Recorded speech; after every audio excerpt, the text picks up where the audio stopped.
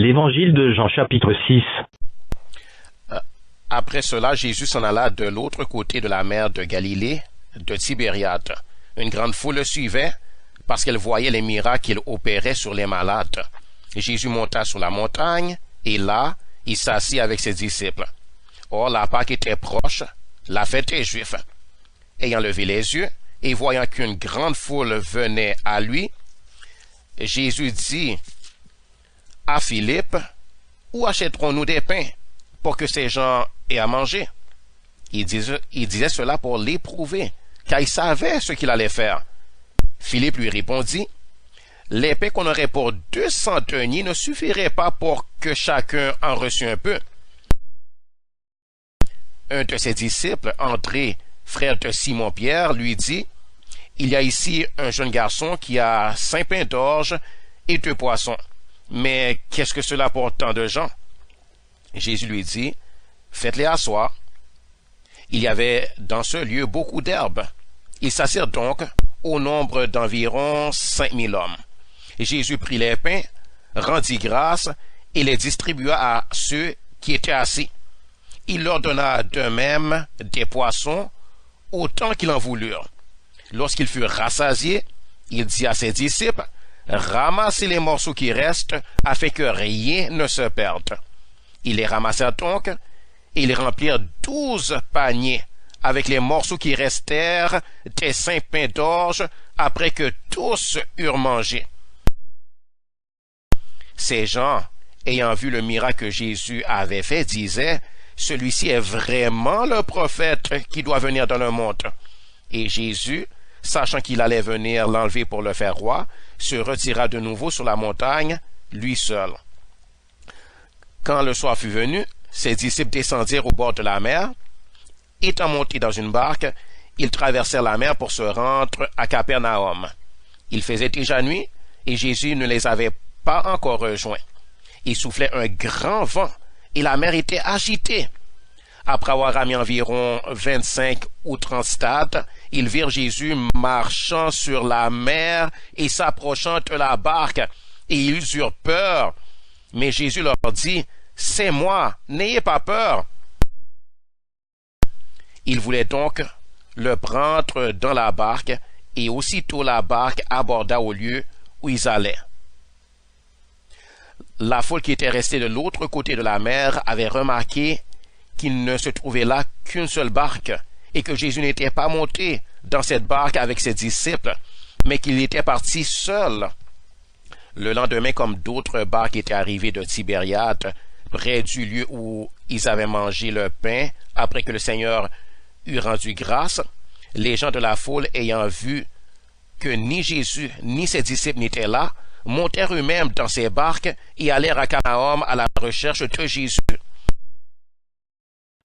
Et l'ayant trouvé au-delà de la mer, ils lui dirent, « Rabbi, quand es-tu venu ici? » Jésus leur répondit, « En vérité, je vous le dis, vous me cherchez non parce que vous avez vu des miracles, mais parce que vous avez mangé des pains et que vous avez été rassasiés. Travaillez non pour la nourriture qui périt, mais pour celle qui subsiste pour la vie éternelle, et que le Fils de l'homme vous donnera.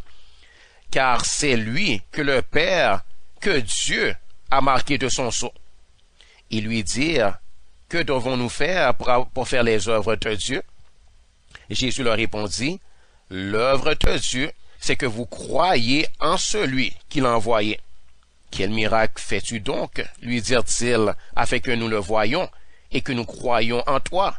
Que fais-tu? Nos pères ont mangé la manne dans le désert. Selon qu'il est écrit, il leur donna le pain du ciel à manger. » Jésus leur dit, en vérité, je vous le dis, Moïse ne vous a pas donné le pain du ciel, mais mon Père vous donne le vrai pain du ciel. Car le pain de Dieu, c'est celui qui descend du ciel et qui donne la vie au monde. Ils lui dirent, « Seigneur, donne-nous toujours ce pain. » Jésus leur dit, « Je suis le pain de vie. Celui qui vient à moi n'aura jamais faim, et celui qui croit en moi n'aura jamais soif. Mais, je vous l'ai dit, vous m'avez vu, et vous ne croyez point.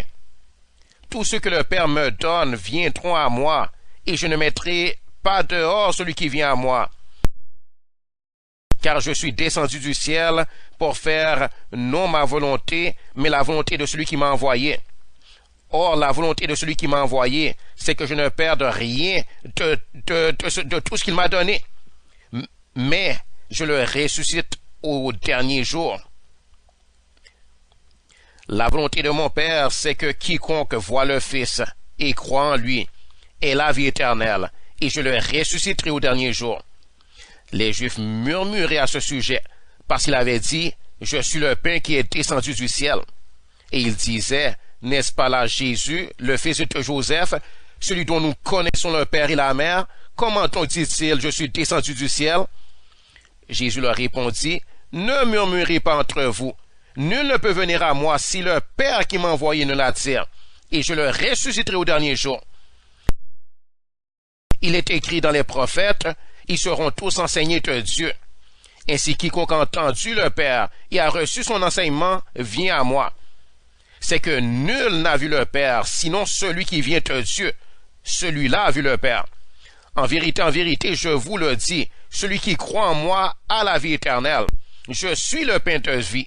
Vos pères ont mangé la manne dans le désert et ils sont morts. C'est ici le pain qui descend du ciel, afin que celui qui en mange ne meure point. Je suis le pain vivant qui est descendu du ciel.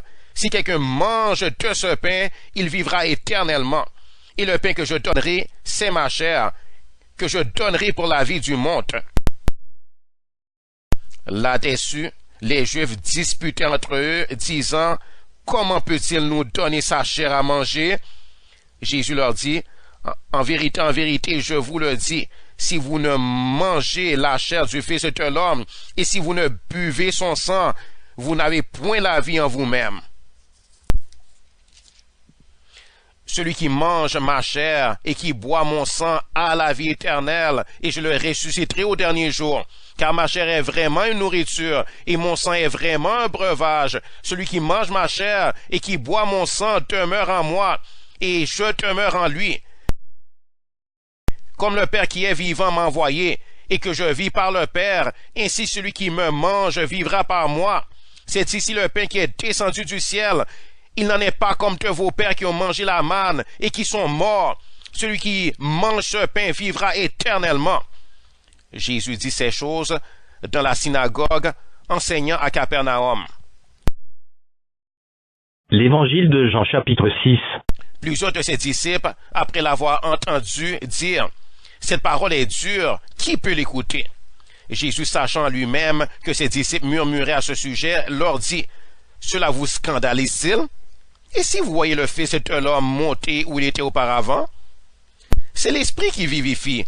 La chair ne sert de rien. Les paroles que je vous ai dites sont esprit et vie. Mais il en est parmi vous quelques-uns qui ne croient point. » Car Jésus savait dès le commencement qui étaient ceux qui ne croyaient point, et qui était celui qui le livrerait. Et il ajouta, « C'est pourquoi je vous ai dit que nul ne peut venir à moi si cela ne lui a été donné par le Père. » Dès ce moment, plusieurs de ses disciples se retirèrent et ils n'en allaient plus avec lui. Jésus donc dit aux 12, « Et vous, ne voulez-vous pas aussi vous en aller? » Simon-Pierre lui dit, « Seigneur, à qui irions-nous? Tu as les paroles de la vie éternelle.